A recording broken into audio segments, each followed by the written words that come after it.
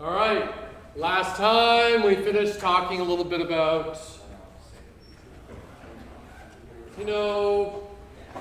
weirdly we can pass functions as things, which is interesting.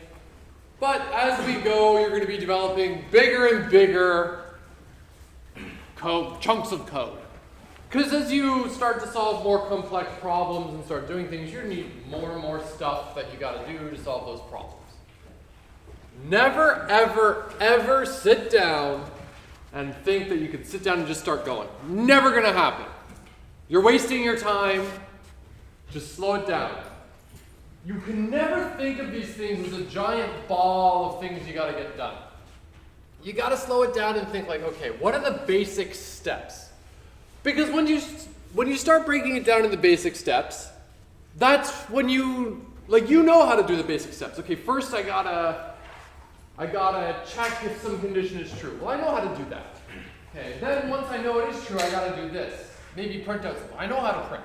So break it down to the steps you know. And admittedly, this is kind of more of an art than a science, right? You get a feel for it, and the only way to get a feel for it is practice, practice, practice, practice, practice. Imagine, I could give you a whole semester's worth of music theory and show you video. Imagine you watched every single piano playing tutorial on YouTube. There's probably an unfathomably large number of minutes of piano tutorials, right? But unless you sit down and actually practice, those videos aren't going to do you very much, right? You can only get this through practice. You got to practice, practice, practice. You can read all the books in the world about all the theory. If you're not doing it, if you're not getting your hands dirty, you're never going to learn this stuff. Slow it down, take your time, practice, break the problem down. Now, a lot of people find that when they learn computer science or when they learn programming, some people kind of have a knack for it. Some people, maybe they're struggling a little bit. When I started university, I didn't start as a computer science student. I actually started as a physics student. And I just had to take a programming course. For whatever reason in my degree, I had to take a programming course. And I took it. I was like, wait, this is fun. I'd never done it before. I didn't write programs before I got to university. But I took the equivalence of this class back where I did my undergrad. And it kind of clicked with me, and I had a lot of fun at first, but as the ideas got more and more complex, especially once we needed to start putting multiple ideas together, that's when I started to have a hard time. And I don't know. I went to labs, I did all the assignments as best I could, and I did okay. But I got to the midterm. And I remember, so this is how they did the midterm. They said, so we had a written midterm and we had a practical midterm. So one was on paper, one was in front of the computer, and we had to do something. And the problems we got beforehand, there were 6 problems. 3 problems covered topic 1, and 3 problems covered topic 2. And the 3 problems were different ways you could tackle, it was like drawing a picture. One was draw a picture that looks like this, and you had to write the code to do that. The other one was draw a picture to look like that, And then the second thing was kind of about linear data structures, which we haven't talked about yet really, but that's fine. And what they did is they actually gave us all 6 problems beforehand. And they're like, here, just go study them and do them all you want. Because the trick is if you do them, you learn how to solve these problems. At no point where they think these solutions require dozens and dozens and dozens of lines of code. No one's going to memorize that. That's not going to happen. It's probably more work to memorize than to just learn this stuff. Anyways, there were 6 problems. 5 of them I could figure out. The 6th one, though, I couldn't figure out. I don't know why, it didn't make sense. It was probably the most complex problem of them all. And this is what they did. The day of the test, we had to roll a single die. We had to roll it twice. If we rolled a 1 or a 4, we solved problem 1. If we rolled a 2 or a 5, we did problem 2. And then a 3 and a 6, problem 3, for the first set. And then we had to roll the die again to figure out which one from the second set we had to do. And of course, I landed on the one I didn't know how to solve. And it's funny because we were in this lab. So think of like the lab in Schwartz, right? It was kind of like that, maybe a little smaller. And there's a room full of students doing their midterm, their practical midterm. And I'm sitting there. I got the first problem done like that because it was really easy. It was a really easy one. And maybe it was like a 2-hour-long test. Within like 10 minutes, I got the first one done because it was so easy.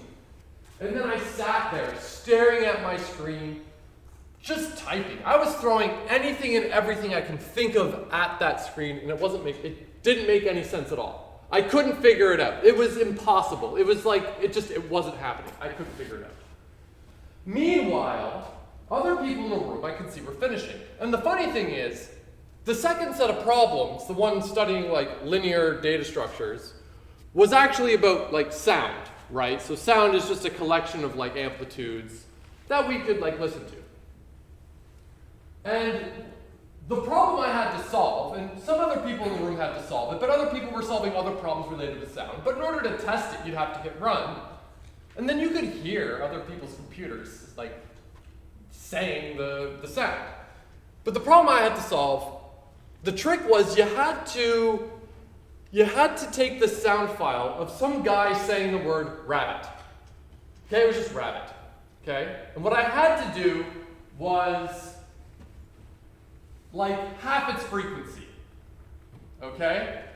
So if you're to do that, if someone's saying rabbit, the goal was to take that file and go like rabbit. Right? So like we slowed it down. That was the idea. So there's other people in the room solving their problems, including this problem. I hear people, as they're going through, I hear like, Reuben, and I'm starting to sweat because everyone else is getting it and I can't get it. I cannot stress how much I did not understand how to solve this problem. I was like just staring and typing. I had no idea. There's literally like five minutes left in this test, and there's like 2 people left in the room. I'm one of them.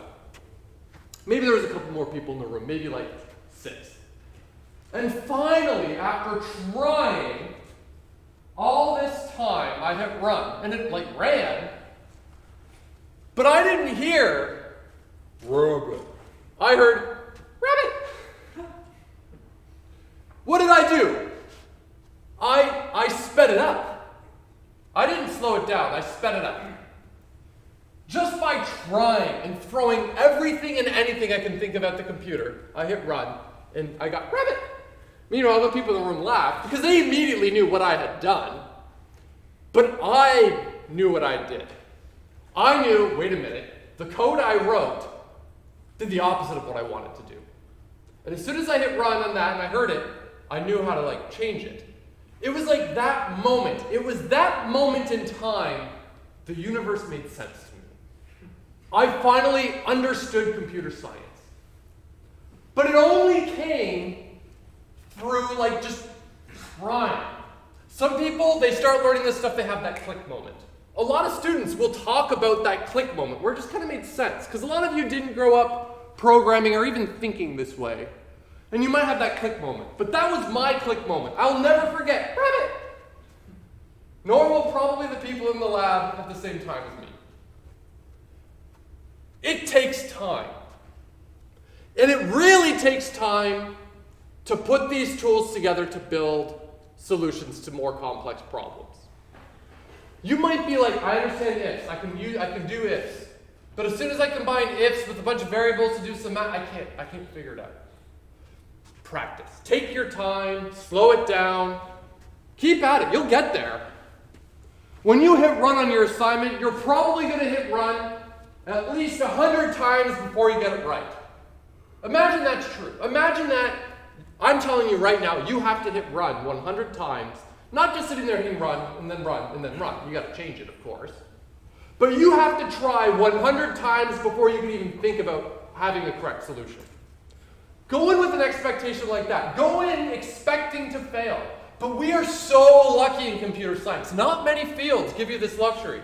We're so lucky that we get to fail all the time. I hit run on my code and it doesn't work, I did it wrong. and I'm going to change it, I'm going to hit run, and it's not going to work again, I did it wrong. You're going to fail 99 times before you get it right. That's how it works. If that's discouraging you, you're not doing anything wrong. That's what this is. So keep at it. You're the ones that know if you're practicing. What do I know? You're the ones that can sit down and work on those caddis problems for extra practice. I don't know. You're in charge of that. I can't make you do that. But those that go through the textbook, the online textbook, those that continue on with the caddis problems, that really work on those labs, those that keep at it, those are the ones that are going to be successful. Anyways, let's carry on with the topic. So, for the sake of time, we're going to skip over this activity. I'd recommend doing it on your own if you'd like. But let's move on to the next thing. So, that big rant I gave kind of was a preface to this. Because, okay, great. We've learned about types. We've learned about variables. We learned about I/O, right? Printing out things, getting information from the user.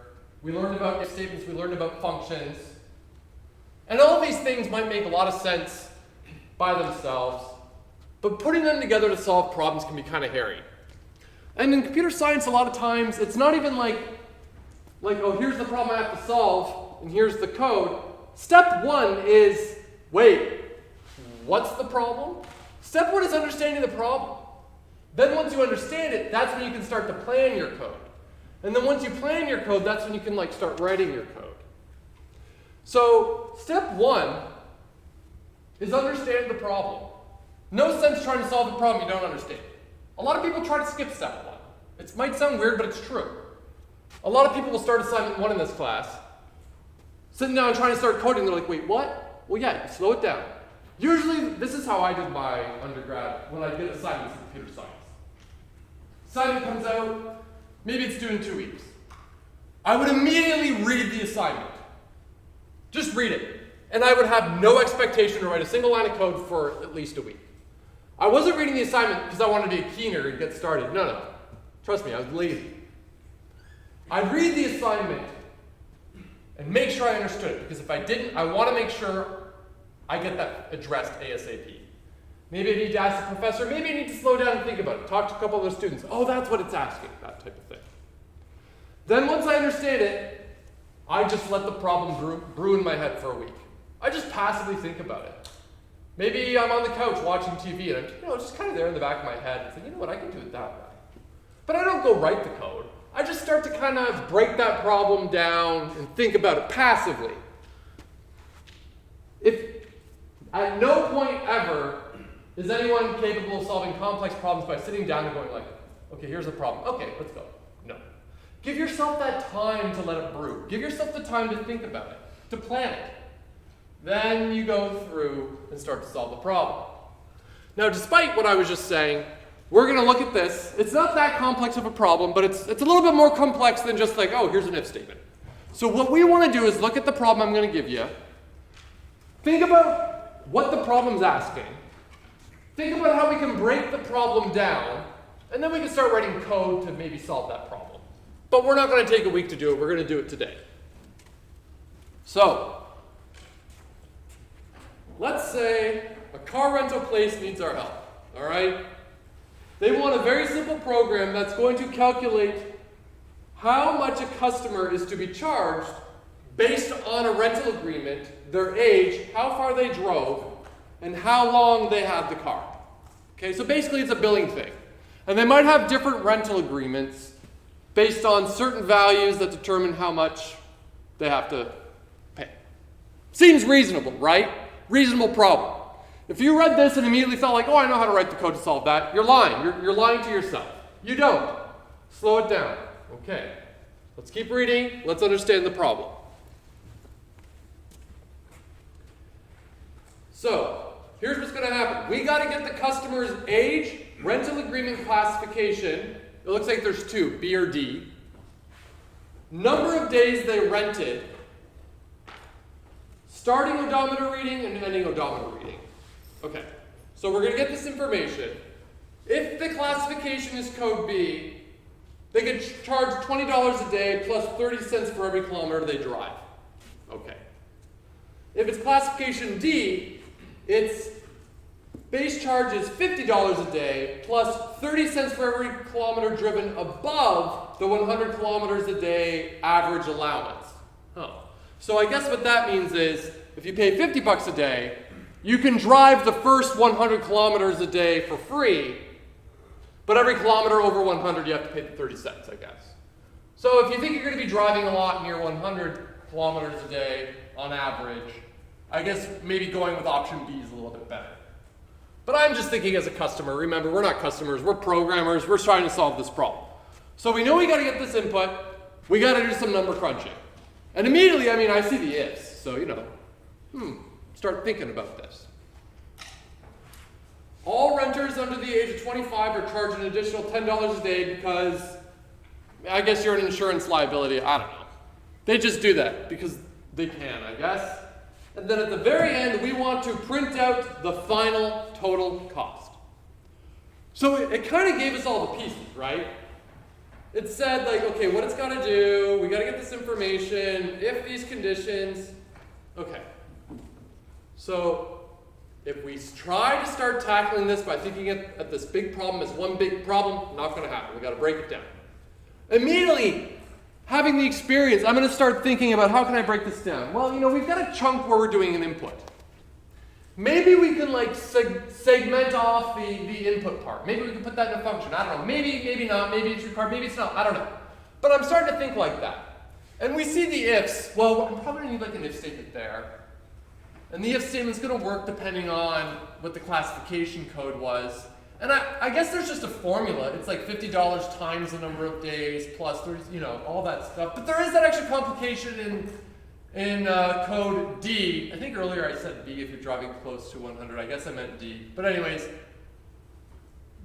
D has that extra funny little thing about that 100 kilometers a day. Checked out what we got to do. So, okay, there's that.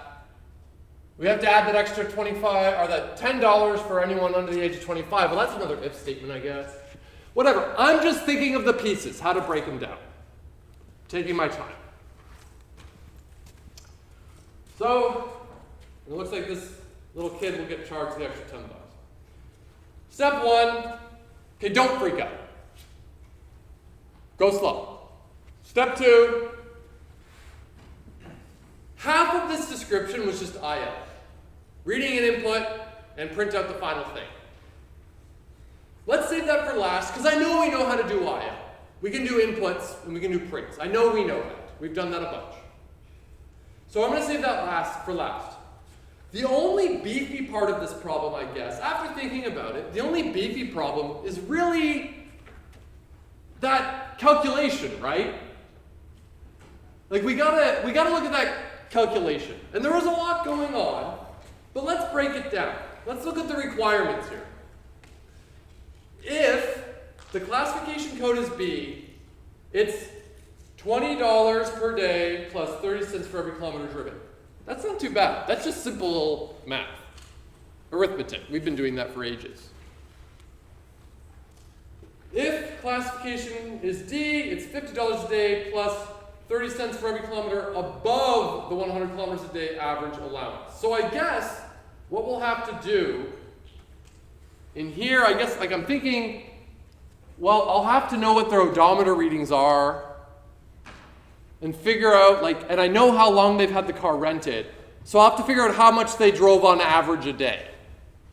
So the important note here is it's not, if I went over 100 kilometers on day one by 1 kilometer, I have to pay 30 cents. No, not necessarily, because if the next day you went 99, then on average over those 2 days, it's 100 or less, so we're fine. Anyways, just a note. So what do I see? I see an if statement. I know we know how to do the if statements. And if you forget, that's fine. There's the YouTube videos and the course notes that give you a lot of examples. And Google's a thing. I see that we got to do some math. And the math isn't that bad. I can do simple math. Thank goodness this isn't like calculus or something, right? Make sure I got this muted. It looks like we're going to need to know what the total kilometers are. Well, I know we get that as input. Okay. We know we need to know what the average number of kilometers driven is per day. Well, we know how to calculate an average, right?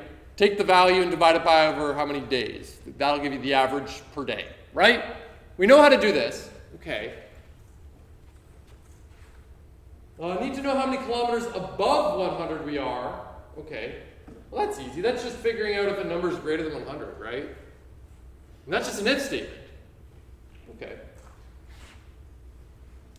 So based on this, here's my thoughts. And I want to be very clear. If you were thinking about this, and you're like, oh, I didn't think of that function, but I thought of that function to do this, that's fine. This is just another example of, I'm writing my code this way.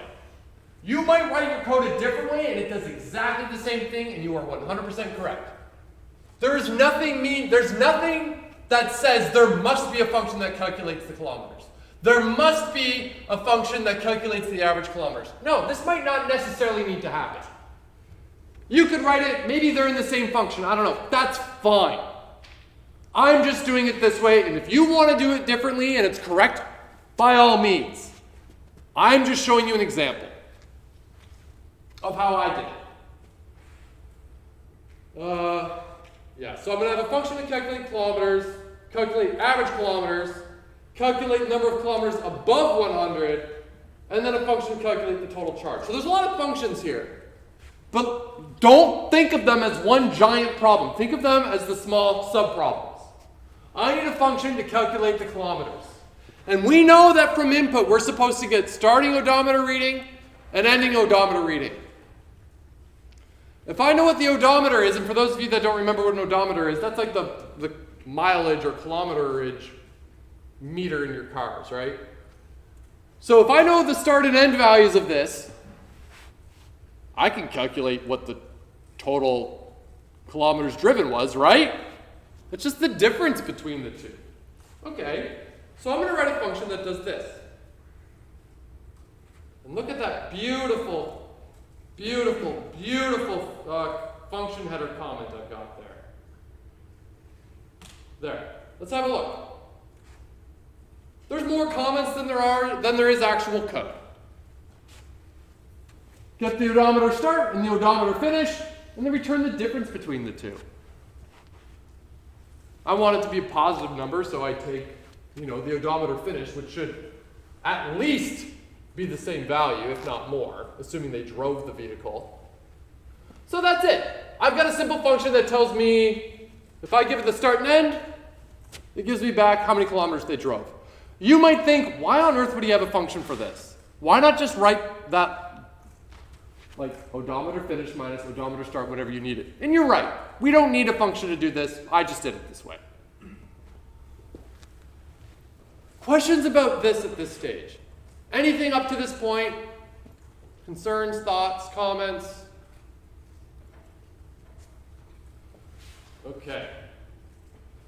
So that's it. Look, we're done this bit. That's easy. Now what I want is calculate average kilometers. All right, well, how about this? How about I do it like this? I'll have a function take how many days they had it, and then the total number of kilometers that they drove, and then just calculate the average and return that back. And remember, we have to return these values because we want to get them back and use them. We don't just want to print them out or anything. We need them to be returned. So here we go.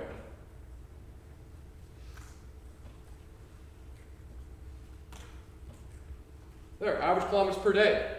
It takes the number of days and number of kilometers. Now, mind you, you might say, yeah, but we never, number of kilometers. Well, we're assuming that we have the function we just wrote. We assume it exists. Because we have that function that'll tell me, we have a function that takes the odometer readings and returns the kilometers. So I now have the kilometers. I can use that. So this function just takes num days, number of kilometers. That's it. And I did it this way. Again, suddenly this problem, as we chip away at it and break it down into small little problems, we realize that these small little problems are very solvable.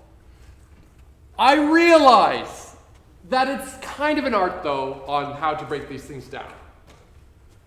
I'm breaking it down, and yeah, I know, I've been doing this for a while, so I've got the experience. I know how to break it down into small problems. And you might be thinking, like, how on earth did you know how to do that? It's experience. I have a lot of practice. But I'm just showing you this as a mental exercise. Break these down into the most atomic units, start solving those little problems you know how to solve, and go from there. Maybe after that you start solving a little bit more complex problems, and so on and so on. You'll see right now these are the simple problems. Now the next one is perhaps a little bit more of a complex problem.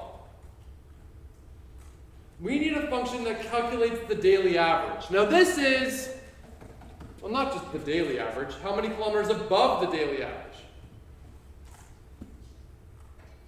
So this is a little bit more complex, I guess. But if we think about it, okay, here we go. Number of kilometers above daily average. And I decided that I want to do it this way. Number of days, number of kilometers. You might say, well, why are you doing that? Why not pass it the value of the average kilometers a day? Because we already had a function to calculate that, right? I mean, moments ago, you made the argument about not passing the odometer values and using the number of kilometers that one function returned in this new function. So why not kind of like do that again? And you're right. I could do it that way. It's fine. There might be a really good argument that, you know what, this is bad design. But whatever. This is still going to get it done. We don't need to be too worried about like good design, bad design right now. So I'm writing this function such that it takes number of days and number of kilometers. If you wanted to write it such that it only takes one parameter, which is already the pre-calculated average kilometers a day, go ahead. There's nothing wrong with that. So here's what I do. In my example, I actually call the function average kilometers per day. And that returns a value. If that value is greater than 100, I return average kilometers per day minus 100. Otherwise, return 0. If this is confusing you, slow it down. Let's think about what this means. The code is describing itself perfectly. Let's look at the else. The else might be easier. Let's tackle that and make sure we understand it completely. This function is to return how many kilometers above the 100 there is. That's what this is trying to do. So, if the average kilometers driven a day is not less than 100, or pardon me, not greater than 100, I worded that wrong. So if the average kilometers a day is not greater than 100, that therefore means they didn't drive anything above the 100, right? Right? So therefore, the answer is 0. If they didn't drive more than the 100, then they drove 0 above the 100, right? Now, the other case is the funny one, right? So the question is, if what that function returns, average kilometers per day, is greater than 100, okay, so this is the case that how many kilometers did they drive was greater than 100. So let's imagine for a second they drove 101 kilometers on average throughout the days, right? Before even looking at the code, if I ask you the question, they're allowed to do 100, they did 101. How many above 100 did they do? Just the one, right? So that's what's going on here. I calculate the average kilometers a day. If it's greater than 100, I recalculate it. There's an argument for saying, maybe I should have stored that into a variable so I didn't have to call the function twice. You're right, maybe I should have. But then I say, okay, if the average kilometers a day is greater than 100, then take that value and take the 100 away from it. So if you drove 101 and I take away 100, that means you did 100 over. If you drove 135, that's over. What's 135 minus 100? 35. You drove 35 above the limit. Any questions about that? If you want to code this a different way, but it does effectively the exact same thing, great, go ahead. I encourage you to do that. It might be a really good exercise to try to think of other ways to solve these problems. So now we're getting our solutions to the subproblems. And we can start to use these solutions to the subproblems to come up with solutions to the more complex problems. So we need a function that's going to do the whole calculation now. Now this is a big one. There's a lot going on. In order to do the calculation, we have to know the age, the odometer readings, what classification code they are, and how long they have the car for, right? I need to know this information to do the calculation. So let's write a function that gets this information. Where that information comes from, I don't care right now. I know we're going to write some I/O code, but at this point, forget about it. I need to know this information. This function needs to know how many days, their code, the odometer readings, their age, in order to calculate what it has to calculate. So I'm going to write a function. I assume we get these parameters. Don't write your description like that. So let's start a variable at 0. I'm making this variable, I'm just initializing it with the value of 0. And eventually that variable, total charge, will be what they are. Okay? I started at 0 because why not? Then I say, okay, well, if the code is B, well, what was the rule for B? It's $20 a day plus 30 cents for however many kilometers they drove. Look at that. It's an if statement with one line of code. If you thought this was big and scary, look, it's not. You were thinking too much. Slow it down. It's one line of code there. That's what the expression was. I just used the function that calculates the total kilometers. Now, mind you, code B was the easy one, right? Code D was the weird one that had the above the average, blah, blah, blah, blah, blah. So let's look at the code D one. All right, code D. Well, I guess I did else. So if someone enters code F, it'll assume it's code D, I suppose. But otherwise, total charge is $50 a day, 50 times number of days, right? Plus 30 cents for number of kilometers above average. I have a function that tells me how many kilometers above the 100 average they're allowed. Just use that. And suddenly, if they drove no more than 100, that function returns 0. 30 times 0, great, they have no extra charge. If that function does return, let's say they drove 135, it should return 35, it'll be 30 cents times 35. So there we go, it's still one line of code. Now mind you, we needed to use one of those more complex functions in that line of code.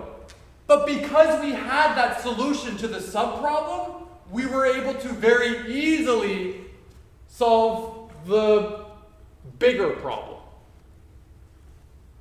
Yes? Why does total charge equal 0? Well, we started at 0, and then we started doing the calculations. So, it starts at 0, and then we set it. You might say, we didn't even need to write total charge equals 0, and it would work. You're right here. Now, in other programming languages, we would actually have to initialize the variable before we use it. Python, we don't have to. Long story short, it doesn't matter. I'm just putting it there as this is where I'm going to put it. Now, of course, there was that extra catch, right? We need to know their age.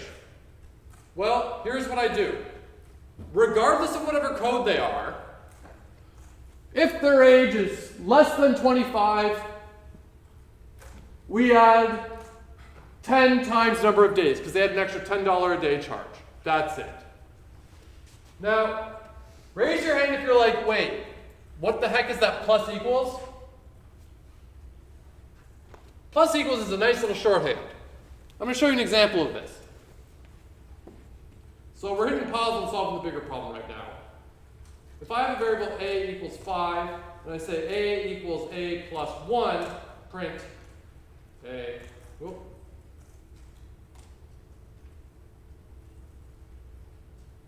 What should be printed out? Well, a is 5. Then we go down to the next code, and I'm assigning to a plus 1. Well, a is 5. 5 plus 1 is 6. So a should now be 6 when we print it out. Great. It's 6. If I do 55, it should be 60. Great. Plus equals is shorthand for a equals a plus something. This is particularly handy if I have a variable like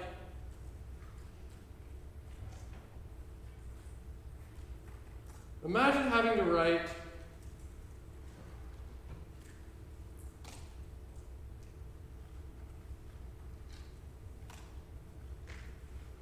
that's a lot there, right? Look at all that stuff I had to write. Remember, computer scientists are exceptionally lazy. I can now do this. Ooh, handy. Look at that. Look at all those characters I saved. Now, technically this saves space, but I mean the number of characters you're saving in the space is effectively nothing.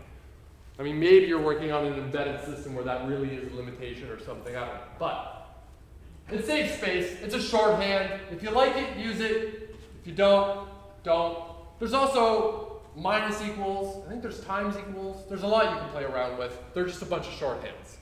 I don't know how true this is. I've heard the story. This might be an apocryphal story. I don't know. But I heard the story was, and there's intuition behind it, is if you go back like 30, 40 years, the computer screens they had a very limited number of like character spaces to go across.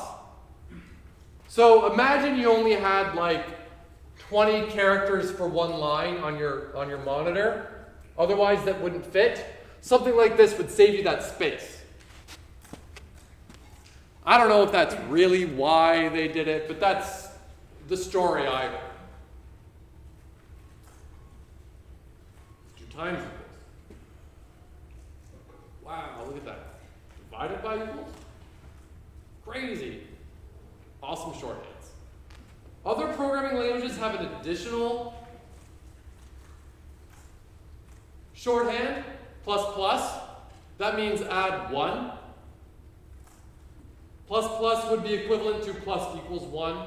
But remember, computer scientists, yes, they're that lazy that they don't even want to do that. They want to do plus plus. But Python actually won't let you do that. It doesn't know what plus plus is, sadly. So, anyways, don't worry about that. All right, so this was definitely the trickier function. This then returns total charge. Great. This was the tricky function. But once we solved the subproblems, it wasn't too bad, was it? It really wasn't all that scary. Well, now we need to do the I/O part. Okay, great. I'm so lazy, I'm not even going to make it a function. I'm going to do this. Just get the age, get the classification code, number of days, starting kilometers, ending kilometers. And I'm turning them to integers if I need to, or floats, like numbers if I need to for the calculations. Then once I have all that information, I can calculate total charge, pass it the values that I just read in. That function gives me back the result. I print out the result. Beautiful. If you were thinking of this problem and you came up with an entirely different solution, great, good, fantastic. Assuming it's correct. That's not a bad thing at all. It's typical. If I give you if I give 2 people the same complicated problem, they're going to come back with wildly different code. That's probably going to do the job. So yeah, you could think for a second, how would you do it differently? Would you use different functions? Would you change how they worked? Right? Maybe you'd kind of combine the functions into one function. I don't know. Maybe you'd cut a function. You don't need it. Would you use any constants? Actually, a constant might be a good idea here. Any idea where a constant might be helpful for this code? Any ideas? I'm just curious if anyone can think of anything. What do you say? It's the, so there's always a charge of 30 cents per kilometer driven. Right, so how about, that makes sense. It's like we can set a constant to like kilometer charge, right? And set it to 30. Because maybe next year I need to come along and be like, well, we want to make that 35. And then suddenly I change it once, it changes everywhere. That's a good call. Where else could we use a constant? There's a bunch of places that make sense. I'm just curious what you're thinking.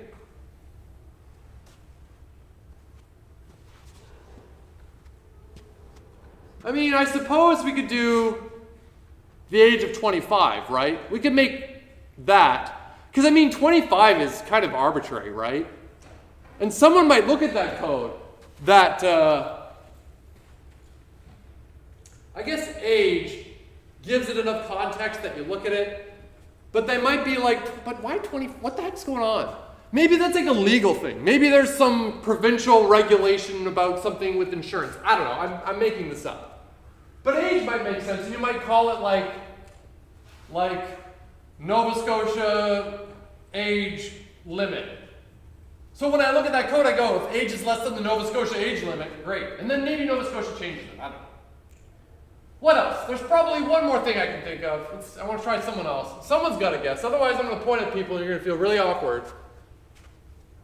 What do you say? The price that you're overcharging minus.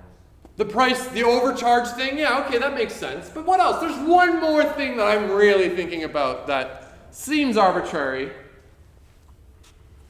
Oh, come on. Okay, what do you think?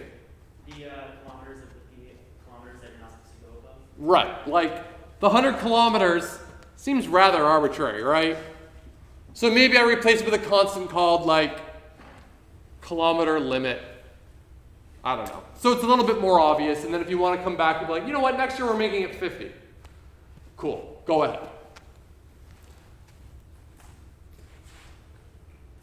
So at this stage, the point of today's lecture was, you know, we've come this far, we've learned all this stuff, but how does it kind of go together? Now, chances are a lot of you have already worked on the assignment. Great. You're already working on something that comes together. That's good. But just in case people were still a little unclear on how we put these things together to solve bigger problems, we just did this little example run through to show you an example of how we can do this. Remember, the way I did it is not necessarily the right way or the best way. It's just a way, and it works. Take your time, slow it down, break the problem down into the problems you know how to solve. If you break it down to a problem, you're like, I still don't know how to solve that. Keep breaking it down. Any questions before we go to the next thing? And I realize the next thing isn't posted, but there's a secret way to get to the next set of lecture content. Going once? Twice? All right, no questions at all. So everyone is A-okay, they understand completely. No one will ever come to office hours because you understand everything so well. I don't believe you. I kind of don't want to go forward until someone asks a question, because I know that there's burning questions you have. It could be about anything we talked about today or anything before we talked about today. Take the opportunity now to ask it.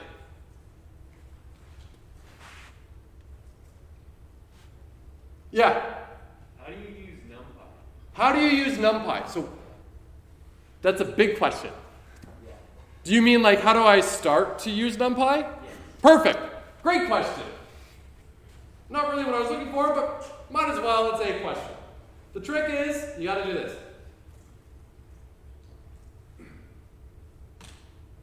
That's it. Once you say import NumPy, it's there. So now if you want to do like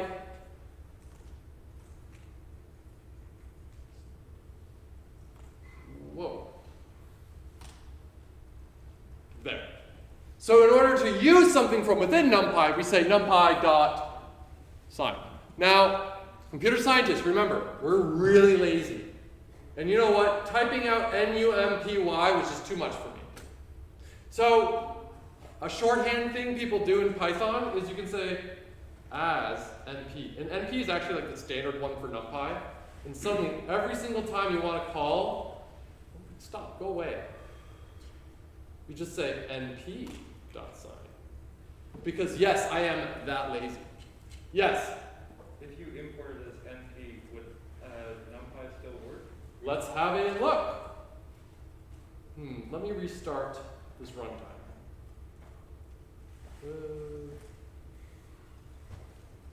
I love those types of questions because we can answer them immediately by trying. So we do that, and I say, uh-oh. What the hell is NumPy? I guess we can. Yes? So other than the fact that computers have like a limited amount of space to store certain types of variables, why else would you use NumPy over like Python's like official math? Because NumPy, there's a couple of reasons. So NumPy, it's coded in a way like where the backend is kind of going to be a little bit more efficient for complicated reasons. Also, there's more in NumPy. NumPy's math is like a tool bag this big. Pardon me. Python's regular old math is a tool bag this big, and NumPy is like a giant sack of just amazingness. It also has a lot of really great stuff. Like if you like to do algebra, you use NumPy because it's great. And NumPy also treats like NumPy arrays as vectors as opposed to other stuff. So there's a lot of good reasons to do it that you will so clearly understand in like 4 months. Any other questions? Yeah? Usually a quick example of how you can get like a regular input into a function. Into a function? Yeah, like so when it asks you age, how would you get that into the function? Give me age. Okay, so first let's write a quick little function that's, okay, def add 1 to age. I don't know, maybe it's your birthday. And we need a function to calculate this. And the age, great. And it'll do return the age plus 1. So here, this is a simple, stupid little function that takes the age. And your question is, well, okay, I need to get that input and then give that to the function. Great. You want to do it all in one line? Or did someone else say that? I was asking if he was putting all this code in one block. Ah, I gotcha. All right. Ignore what I just said then. So, input.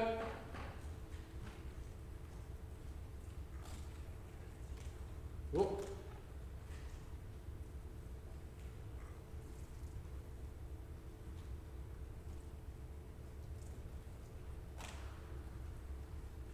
Okay, and if I do this, this input will, like this code will ask me for the age and I'll enter it. Now, of course, this will read it as a string though, because input always reads as strings. And we want age to be an actual number, because it is a number. So we can do that really quickly by just wrapping this in int. Great.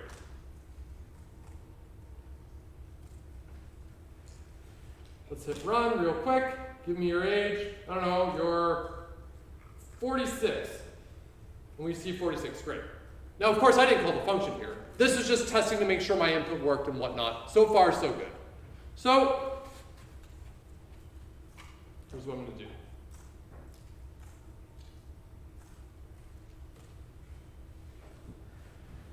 Equals, and I'm going to call the function add 1 to age. And here's where I'm going to put in the input at age. So here I'm calling the function with a value. Now, this value is stored inside the variable. It's a variable. I could put a literal in here, but every single time I run this code, it's always going to give me back 46, right? So I want to use the variable, because the variable is, well, what the person gave me. And then down here, print new age. So let's say you're 99. It's your birthday, 100. Did that answer, was that actually your question? Yeah. Perfect. Remember, huge, huge, huge difference. And if you're still fumbling with this, you're remarkably normal. A lot of people struggle with this. Big difference between function declarations and calling the functions. At the top, we declared it. Lines 1 and 2 is the declaration, tiny function. We're just saying, oh, you take a parameter and it's going to be called the age. That's it, that's it. But later when we call it, we have to give it an actual value. Okie dokie. See you later.